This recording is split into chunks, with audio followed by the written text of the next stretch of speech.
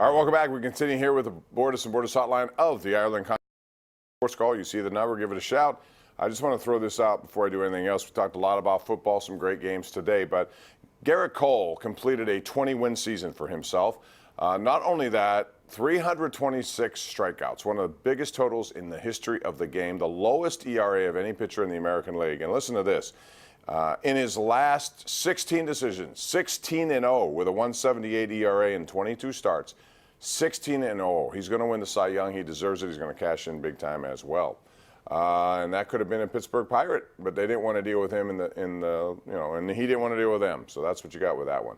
All right, let's go out to who are we going to start with here? Let's go to Clinton Altoona in this segment. Hey, Clint, how are you? Good. Hey, Bob. Thanks for taking my call. Yeah, Good. Real quick. I agree your sentiments exactly there in the beginning when you said the timing of this whole thing. The Steve Blass pretty much, it was his weekend over there. And, there's one lousy game left. You mean they couldn't make it official tomorrow, the firing of Clint Hurdle? I mean, one game left. And also, do you think it was just the second half meltdowns and not, performing? Do you think that was just the sole reason? Or do you think maybe this Vasquez fiasco had something to do with it, not having control of the team and everything? Well, again, thanks. Yeah, I think that's a good question, Clinton. I talked to players, and there were two of them in particular who talked about, and Chris Harcher was one of them, about a new voice in the locker room. Okay, you want to buy that, but then that puts a lot of blame on somebody who, the players are also supposed to, managers don't like to go into locker rooms and have to be brokers, you know what I mean, to solve problems.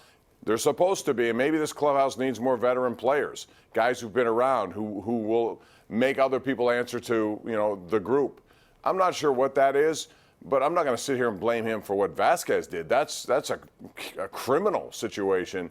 But there were other things as well, and perhaps all of it turned out to be. But it's not just him. He's the manager, but there's stuff going on. These players were brought in by the people in charge at the top. So, again, I think it was, if you're going to do this, you may as well have just done the whole thing and started with a new look all the way around and try to rebuild it that way.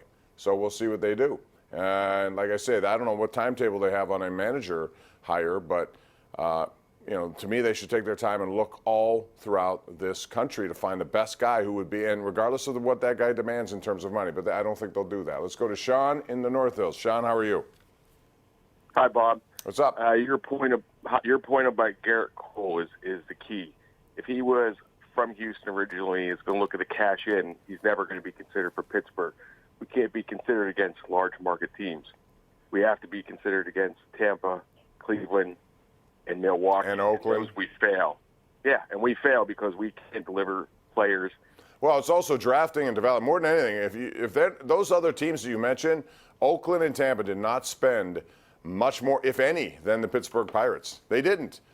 And in fact, I believe Tampa has a lower payroll.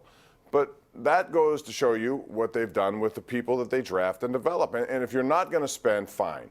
I get it. That's the way this system is set up. It's a stupid system. It's geared to big markets who have big money. But if you're going to survive, you need to do that and hit on it. You can't have not much coming out of your system and not spend on top of it. Then you end what they have. All right, we got a lot going on tonight. Again, we'll be on late with the #1 Cochran Sports Showdown, but we have a lot of interesting opinions on all of this. So tune in tonight after the late news on KDKA. That's going to do it for us.